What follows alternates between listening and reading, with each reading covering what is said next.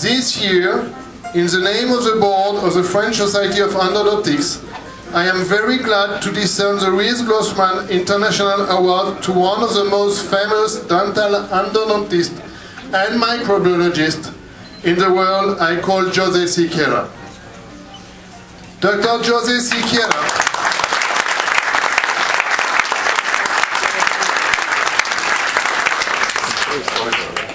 pleasure to be here. Actually, it's a deep honor to receive the Grossman Award from the Societé Française Endodontie, which is one of the most prestigious societies in the world.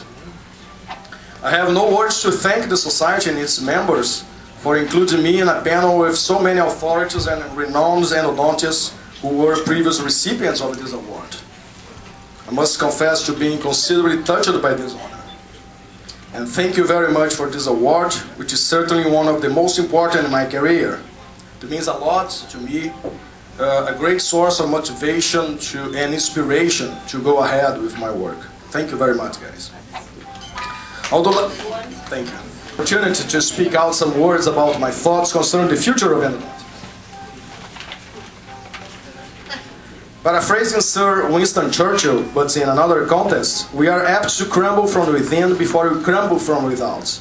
And this is a serious issue, my friends. Sometimes death comes from within unexpectedly. And over the last years, I have witnessed several comments and attitudes that left me wondering about the present and future of endodontics. Let me quote 4 examples. First, in many endodontic chats, the greatest contest is how fast one can finish root canal treatment. Many endodontic athletes boast they can do root canals in 5–10 minutes. Is that what really matters in endodontics? Second, several people, unfortunately also endodontists, indicate implants for teeth that can be with no shadow of doubt saved by endodontic treatment. Are they sharing this decision with the patients? Does the patient really prefer a screw instead of a natural tooth? Third, some people say that science and clinical practice are incompatible. So let's forget evidence-based endodontics and go back to the medieval times. Fourth, some people, including very important ones, say that survival of a tooth, regardless of a post-treatment apical periodontitis, can be rated as success, provided it is asymptomatic. Is endodontics only about pain? As early in the 1960s, Dr. Edgar Coolidge considered this comment as outdated. In 1960, he said, "This is stuff of the 19th century."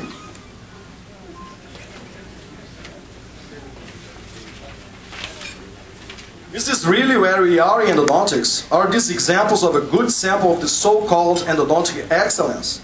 There are many more examples, believe me. Where do you go from here? Is endodontics going apoptotic? That is, it is dying from within.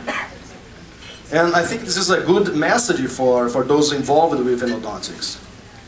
I don't think endodontics is going to die. And I'm not here to be the bearer of bad tidings or even the doomsday prophets, especially in such a special night. This is just an alert to those who love, care, and make a living of endodontics. Those 4 examples raise serious concerns about leadership in our area. There are people contributing to form and spread a mentality that is certainly very deleterious to the future of the discipline. Here is another reason for concern: the results of epidemiological studies of endodontic treatment outcome. Regardless of the country, only 46% of root canal treated teeth presents with an acceptable radiographic status. Indeed, one of our students performed a study in France with Jean-Jacques Lasfarge.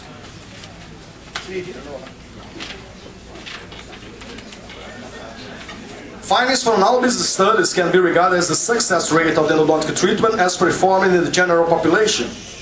This is very sad, and I'm glad this is not the outcome of cardiac surgery or international flights. 4 to 6% international flights.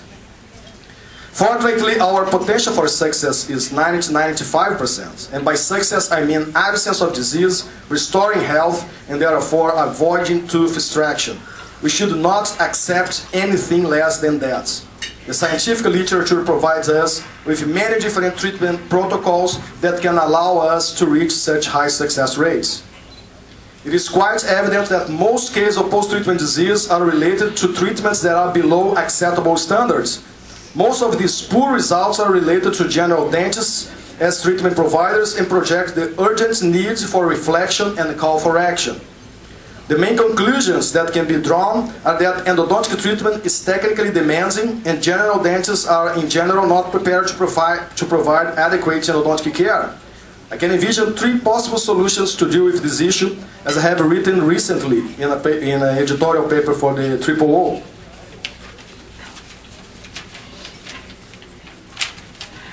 First, we should rethink the way endodontic treatment is being taught in dental schools all over the world. I believe the time designated to training students should be expanded or optimized. Second, effort should be directed towards studying, researching, developing treatment protocols that are less technically demanding, have a short learning curve, and obviously can predictably provide good results. Or third, democratization of endodontic treatment provision should be put into check, and an elitist approach might be the solution. That is, only specialists or highly trained professionals should perform endodontic treatment. They are not mutually exclusive. The future of endodontics, as the important dental specialty it is, will certainly depend on how we address these issues and how we set our standards and deal with them. There are lots of scientific evidence in endodontic biology and technique, but there is also a need for a change in attitude, and we all, researchers and clinicians, are responsible for it. Is endodontics really important, or are we just trying to save our profession in the eyes of the general population? How can we convince other people about the importance of the endodontic specialty when most of us are not even aware of it? We have a commitment with our specialty not only because it is our money maker, but because it is really important to the human population.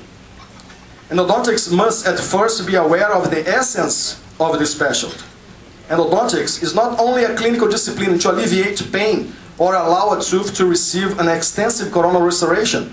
We are not a subspecialty of restorative dentistry. We are a clinical discipline concerned with prevention and treatment of apical periodontitis, which is one of the most common oral diseases along with caries and marginal periodontitis. As such, we significantly contribute to the oral health and consequently to the overall health of the human body.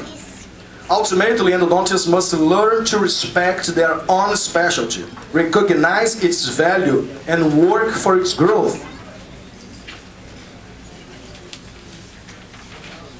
Let's recognize the essence and importance of our specialty, spread the word around, and in our solitary daily battle, contribute to the health of our patients and the overall population. Endodontics and those who love it will thank you. I foresee a bright future to endodontics. It's up to us. Once again, thank you very much for this opportunity and for this award. Merci beaucoup.